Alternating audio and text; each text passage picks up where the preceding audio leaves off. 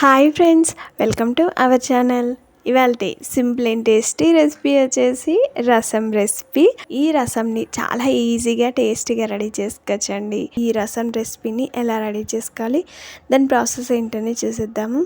ముందుగా ఈ రసం రెడీ చేసుకోవడానికి చిన్న నిమ్మకాయ సైజ్ అంత చింతపండుని ఒక చిన్న బౌల్లోకి తీసుకొని నీళ్లు పోసి ఒక 2 సార్లు బాగా కడిగి ఇంకొన్ని నీళ్లు పోసి ఈ చింతపండు నానబెట్టుకోవాలి. ఇప్పుడు ఒక చిన్న రోల్ని తీసుకొని అందులో 1 స్పూన్ వరకు మిరియాలు, 1 స్పూన్ వరకు జీలకర్ర, 4-5 మెంతుల్ని వేసుకోండి. మరి ఆ 1/2 టీ స్పూన్ అంటే ఎక్కువైపోతుంది, 4-5 అయితే సరిపోతాయి. ఇవి మెత్తగా ఇంతవరకు దంచుకోండి. ఇలా మెత్తగా దంచిన తర్వాత ఇందులో 4-5 వెల్లుల్లి రెబ్బలు పొట్టు తీసి ఇందులో వేయాలి.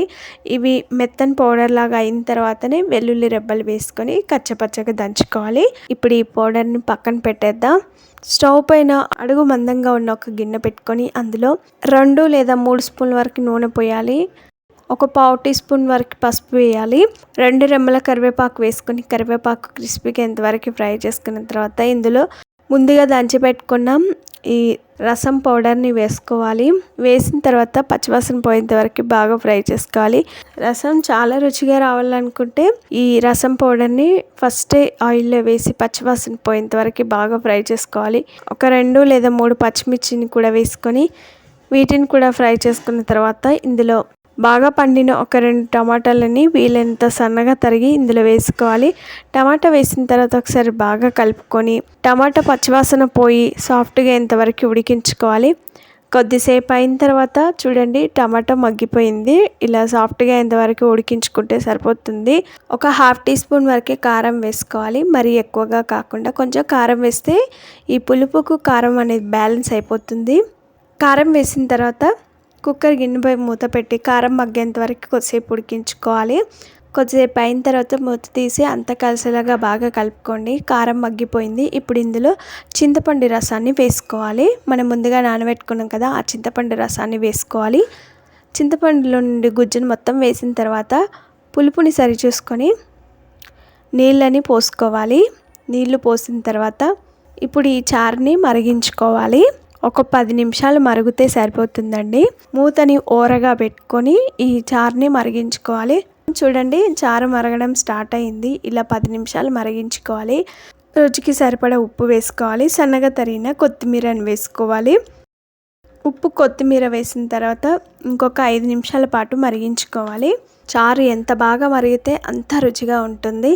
ఇలా ఒక 5 నిమిషాలు మరిగించుకున్న తర్వాత స్టవ్ ఆఫ్ చేసుకోవాలి. దీన్ని ఒకసారి అంతా కలుపుకొని సర్వింగ్ బౌల్లోకి తీసుకోవాలి.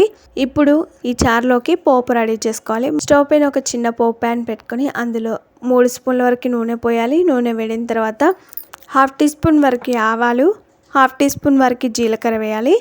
అవి చిటపట్లాడేంత వరకు ఫ్రై చేసుకున్న తర్వాత 3 లేదా 4 వెల్లుల్లి రెబ్బలు కచ్చపచ్చగా దంచి వేసుకోవాలి. ఇందులోనే 1/2 టీ స్పూన్ వరకు పసుపు, 1/2 టీ స్పూన్ వరకు ఇంగువ వేసుకోవాలి.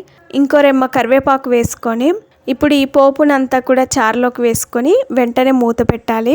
ఇలా మూత పెట్టడం ద్వారా ఆ పోపు ఫ్లేవర్లు అన్నీ కూడా చారుకి బాగా పడతాయి. అంతా కలిసేలాగా బాగా కలుపుకోండి. గుమగుమల వాసన వస్తూ ఆహా, ఇది చేస్తుంటుంటేనే నోరు ఊరిపోతుందండి. అంత కమ్మని స్మెల్తో చాలా బాగుంటుంది. కొత్తిమీరతో గార్నిష్ చేసుకొని సర్వ్ చేసుకుంటే అంతేనండి. గ్లాసుల కొద్దీ తాగాలనిపించే రసం అయితే రెడీ అయిపోయింది. ఈసారి మీరు చారుని ఈ విధంగా ట్రై చేయండి. సూపర్ టేస్టీగా ఉంటుందండి. చాలా బాగా కుదురుతుంది. మరి ఈ సింపుల్ అండ్ టేస్టీ నోరూరించే కమ్మని రసం రెసిపీని ఎలా రెడీ చేసుకున్నామో చూసారు కదా. మీకు ఈ వీడియో నచ్చిందా? ఆలస్యం చేయకుండా లైక్ చేయండి. ఫ్రెండ్స్కి కానీ రిలేటివ్స్ కానీ షేర్ చేయండి. ఈ చారు రెసిపీని తప్పక ట్రై చేయండి. మీకు ఎలా వచ్చింది, టేస్ట్ ఎలా ఉందని కామెంట్ చేయండి. Thanks for watching. Bye bye.